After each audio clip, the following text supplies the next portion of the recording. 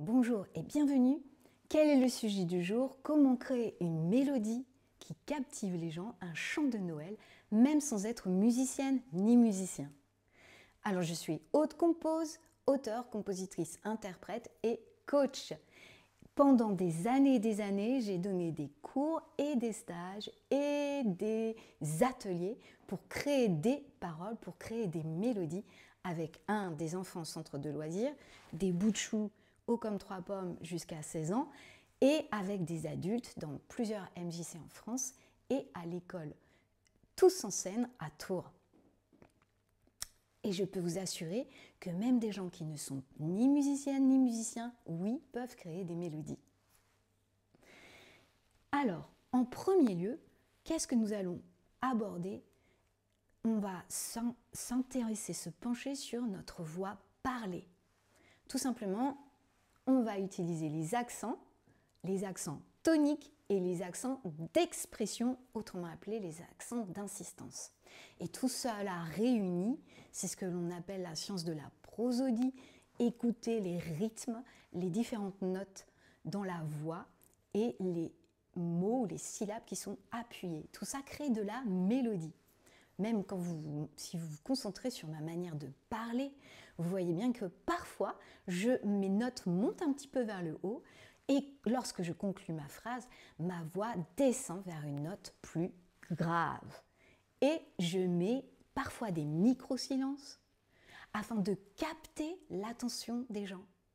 Ou alors, vous savez bien, parfois, par exemple, j'ai eu un prof d'improvisation vocale, de scat, et dans une école de jazz à Paris, qui était new-yorkais et joueur de trompette. Et comme un bon new-yorkais qui se respecte, eh bien, il parlait extrêmement vite.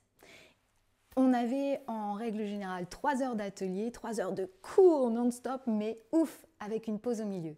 Et je me rappelle, à chaque fois qu'il partait prendre l'air, je l'entendais parler avec le pianiste qui nous accompagnait ou avec une autre personne. Et je me disais, waouh, j'aurais adoré enregistrer ce qu'il vient de dire parce que là, en une phrase, en 2 phrases, en 3 phrases, il y avait déjà un scat génial ou un thème de jazz déjà tout fait, tout préparé, tout ficelé. Et donc, tout ça pour vous dire que, eh bien, si vous ne jouez pas d'un instrument de musique, eh bien, vous parlez comme moi, comme tout le monde, et vous avez une manière à vous propre. Mais on a quand même des ponts dans nos manières. Comme je vous l'ai dit tout à l'heure, souvent lorsqu'on interroge, eh bien la voix va monter vers le haut et lorsque l'on conclut une phrase, notre voix vers le bas. Autre chose, si je dis « je regarde le chat sur le toit », si je dis « je regarde le chat sur le toit », eh bien je suis en train de dire « c'est moi qui le regarde et pas ma voisine ni mon voisin ».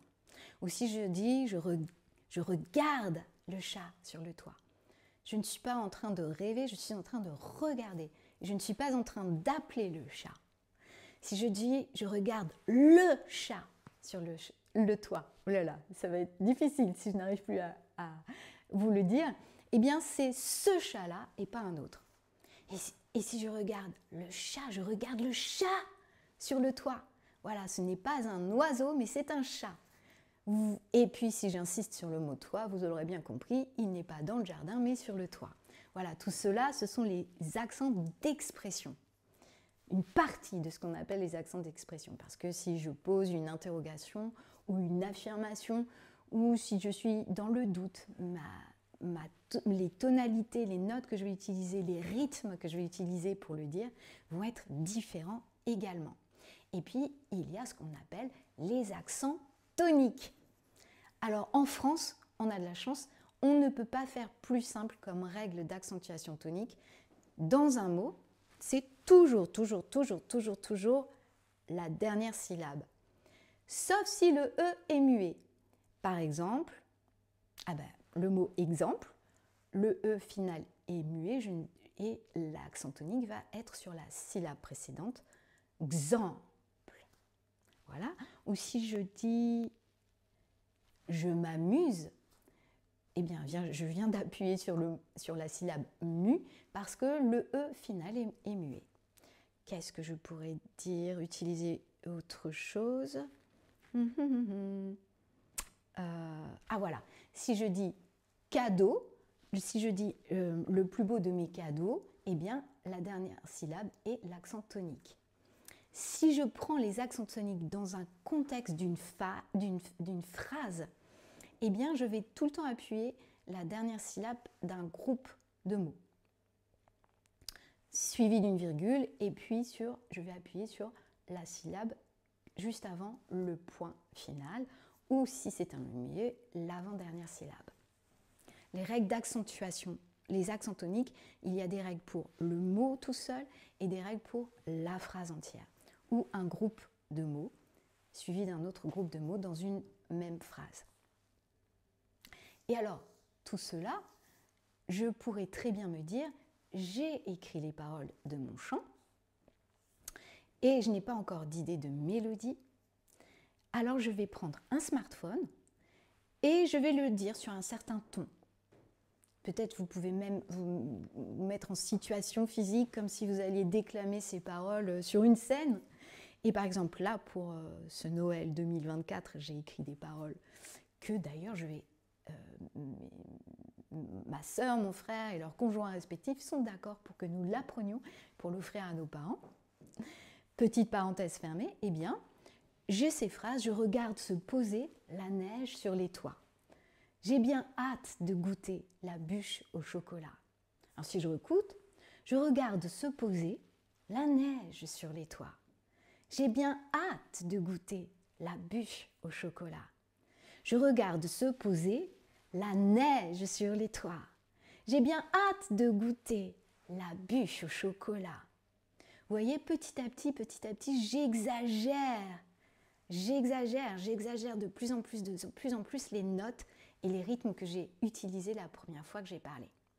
Alors bien sûr, là, je ne me souviens plus comment je l'ai dit, d'où l'intérêt d'avoir un smartphone pour vous enregistrer. Okay ? Donc vous enregistrez cette phrase, puis vous écoutez. Aussi, je pourrais très bien me dire, je prends un crayon de bois et j'entoure les mots les plus importants du message que j'ai envie de transmettre. Par exemple, la suite, c'est « Mais c'est vous qui remplirez mon cœur d'un grand plaisir », sous-entendu pas la bûche au chocolat, « Mais c'est vous qui remplirez ma tête de sourire ». Et donc là, je me dis, bah voilà, ce qui est important dans ce groupe de vers, c'est vous, voilà, qui remplirez mon cœur d'un grand plaisir. C'est vous qui remplirez ma tête de sourire. Alors, bien entendu, vous pourrez remarquer que dans la partie où j'ai écrit les paroles, j'ai bien fait attention de tout le temps mettre les accents toniques aux mêmes endroits. Par exemple, si je vous prends l'exemple de mes paroles, je prends les deux premiers vers, je regarde se poser 7 syllabes et le deuxième vers, la neige sur les toits, 6 syllabes. Eh bien, les deux autres vers, le 3 et le 4, ont exactement la même forme. Le troisième vers ressemble au premier vers, il y a 7 syllabes. Le quatrième vers ressemble au deuxième vers, il y a 6 syllabes. Et dans ces parallèles de vers, dans ces identiques vers, j'ai mis exactement les accents toniques aux mêmes endroits pour faciliter la création de la mélodie, bien sûr. Alors, on peut très bien écrire d'une manière très moderne et ne pas être obligé, ne pas s'obliger soi-même à mettre les accents toniques aux mêmes endroits. Mais pourquoi j'insiste? Parce que j'aimerais que le chant de Noël que je suis en train de créer soit facile à apprendre pour ma sœur, pour mon frère et leur conjoint.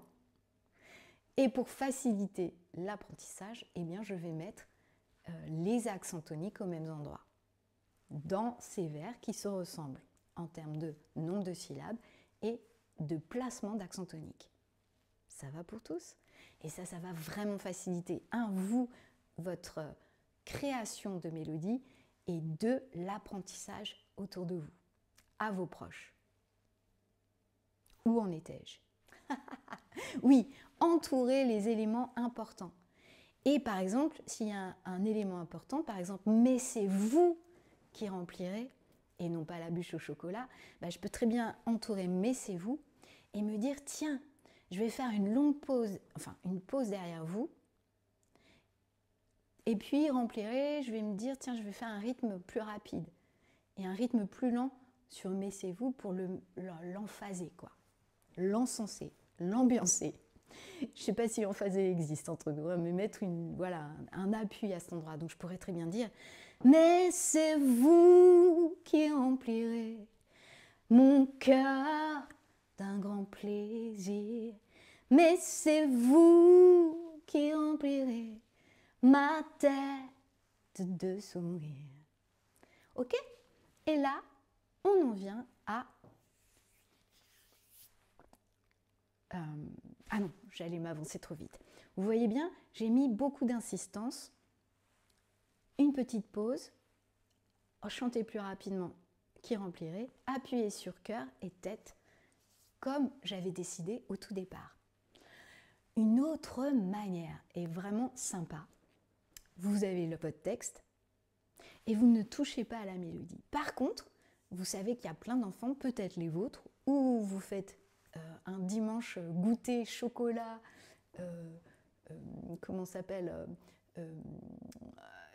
des chocolats à manger comme à boire, avant le jour J, le réveillon Noël ou le jour de Noël. Et vous faites entre cousines et cousins, les petits bouts de chou ou les grands moins bouts de chou, et vous leur dites, voilà, on va faire une surprise à vos parents, aux oncles, aux tantes, aux grands-parents, on va créer la mélodie des paroles que j'ai déjà écrites.